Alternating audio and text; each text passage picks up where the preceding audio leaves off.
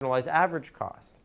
So that's the benefit of monopoly, is that they are taking into account the effect that they have on the costs in the industry, right?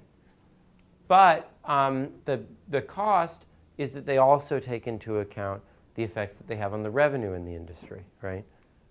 Through the changes in prices, right?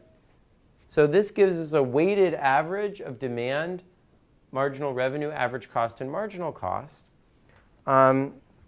So Mike, how would we solve for the socially optimal value of theta in this context? You want to look at how theta as it changes affects the consumer surplus and social welfare and things of that nature. So, well, we know that the socially optimal thing is what, Mike? Competition. No. So well, no, right? Because we know that competition can be harmful under selection, right? But what do we know? What's the optimality condition? I'm not really too sure. Anyone else want to? Eric, you want to try? Is that just price equals marginal cost? Yeah. So how could we solve for the optimal? Well, you can take that equation from the first order condition. Yeah. Right? Just plug in P equals MC for MC. Probably solve the left side out for P to get something. And so the different values of theta will give you different values of P that make that equation hold. Exactly. So you just want to set theta such that P equals MC. Yeah, so you could just literally put MC in these two spots and solve for theta, right? And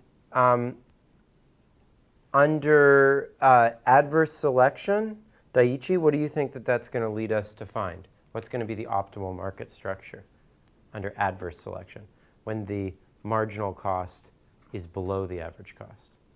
It'll be the same as what you would find in perfect composition.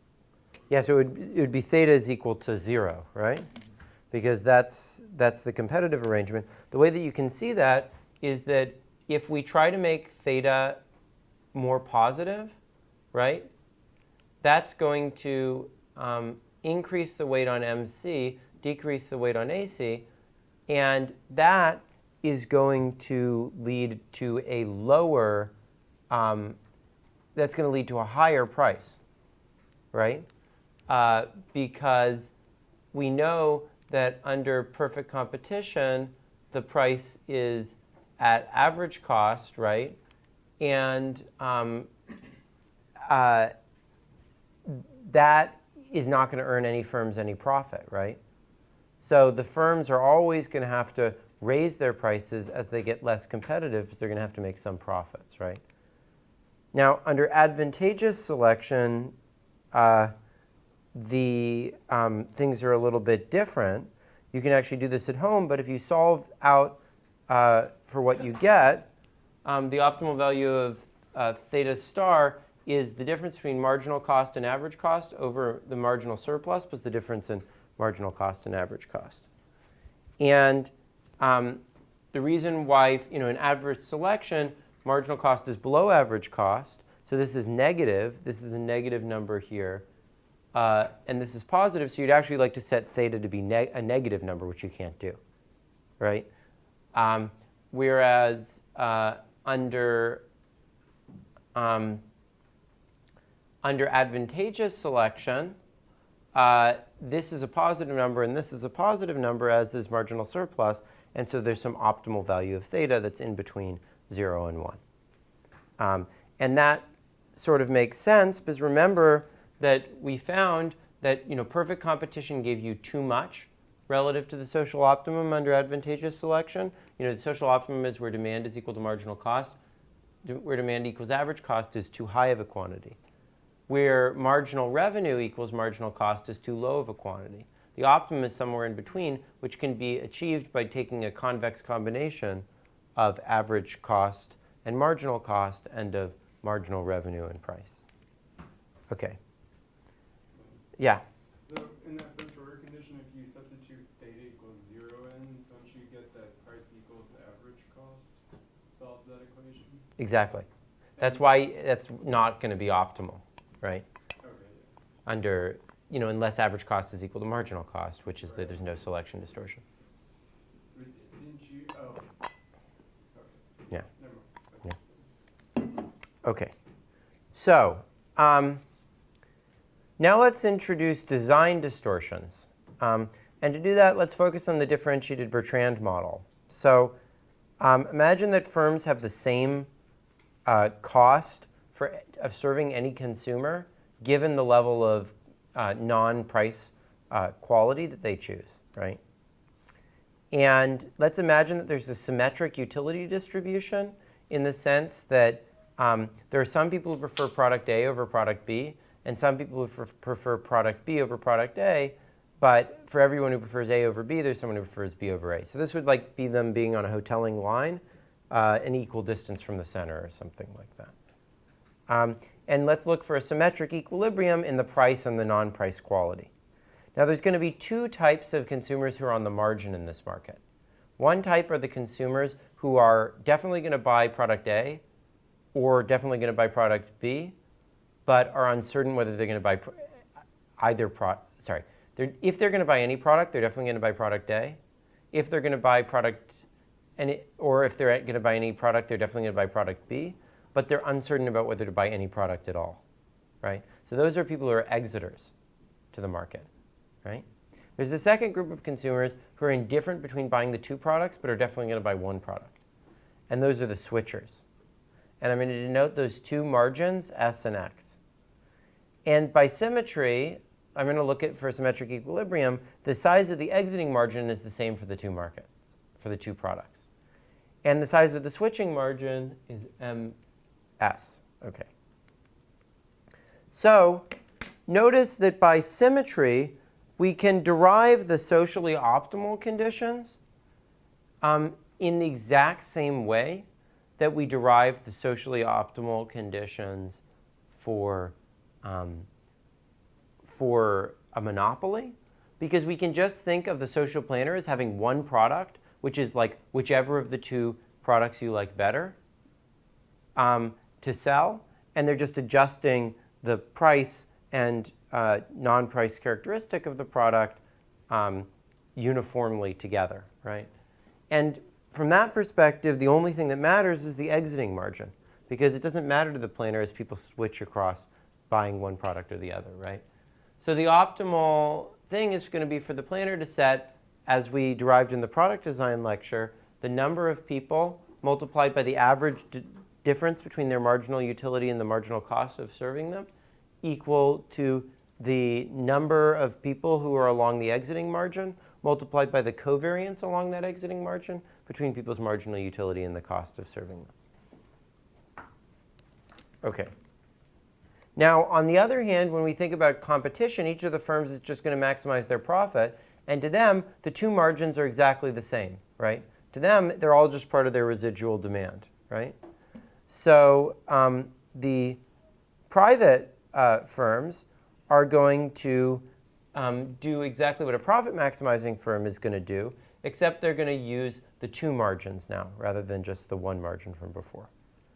So the profit-maximizing firm sets the number of people times the expected marginal utility of people who are on the margin, either of the two of the exiting and switching margin, minus the marginal cost on average of serving anyone who's buying in the market, equal to the sorting effect, which is along the two margins, both the exiting margin and the switching margin. And you can notice that there's now two divergences between the social and private optima, right? There's the Spence distortion that we saw from before, right? Though here it's a little bit different because the firm is taking into account both the exiting margin and the switching margin. The second divergence is that the social planner only cares about sorting people into and out of the market, whereas the firm cares about sorting people into and out of his competitor versus him. He likes to steal the best consumers from his competitor and leave his competitor with the costly consumers, right? And notice that as the number of people switching on the margin goes to infinity, that's basically the diversion ratio gets very large, right? everyone's going to be willing to switch to the other firm, this is going to go to infinity, right? This is going to get infinitely large. And that's going to make it impossible for there to be an equilibrium in this market, right? So this is called the Rothschild-Stiglitz market collapse idea. So the idea is that, I can, by offering a little bit lower price and a little bit lower insurance coverage, steal all the healthy patients from you and leave you with all the sick people, right? And that will lead the market to collapse. Okay. So I think this distortion can be pretty important in some context. So one thing it does is it erodes coverage in insurance markets.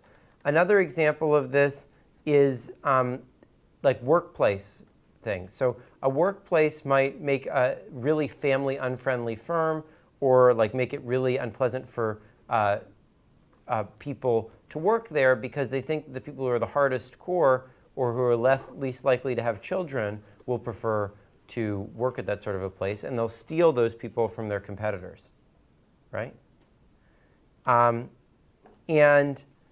think this is one reason why finance firms might make people work such long hours, and one potential reason for workplace regulations, to say that you can't have certain working conditions because those might be useful to cream skim from your competitors, and therefore they might be oversupplied by the market.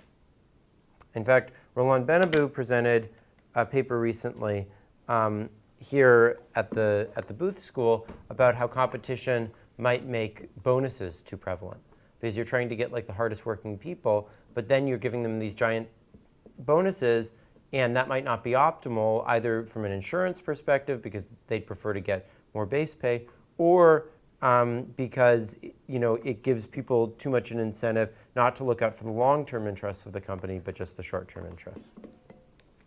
Okay. I don't think anyone's ever measured any of those effects, though, so I think that's a really interesting research topic. Informational racing in financial markets, another example. Like if I try to figure out what stocks are going to do better to get out ahead of you, right? That's basically, I'm trying to skim the cream off of my competitors, right? And that's wasteful because in the end, it makes like no difference for what we're actually doing. I'm just trying to get a bit ahead of you. Margin call was a great example of that, right? He was trying to be faster than the other firms to, get rid of the worst assets, even though that wasn't particularly socially valuable. It was just dumping the losses on someone else.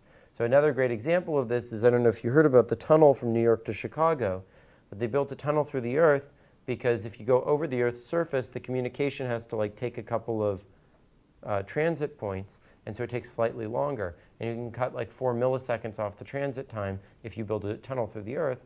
And like a bunch of hedge funds thought that that would be a way to make a lot of money, to be able to arbitrage the prices 4 milliseconds ahead of everyone else. Another example of this is what happens when there's competition in price discrimination. So giving discounts to grandmas and students, which is what a lot of like movie theaters do, might not be because those people would otherwise not buy the product, right? It might be because those people have the most time to shop around for the cheapest price. And if you give those people a discount, that doesn't actually make anything more efficient. It's just stealing those people from your competitors, right? So I think that this sort of stuff is a very important downside of competition that's often neglected. So these are some, I think, of the most important benefits and costs of competition. But in practice, policies that try to keep theta down in various ways are very common. And we'll talk a lot about this for the rest of the lecture. Let me finish giving you some of the pros and cons. So we talked about the main pro was keeping prices down when there was none of these selection effects.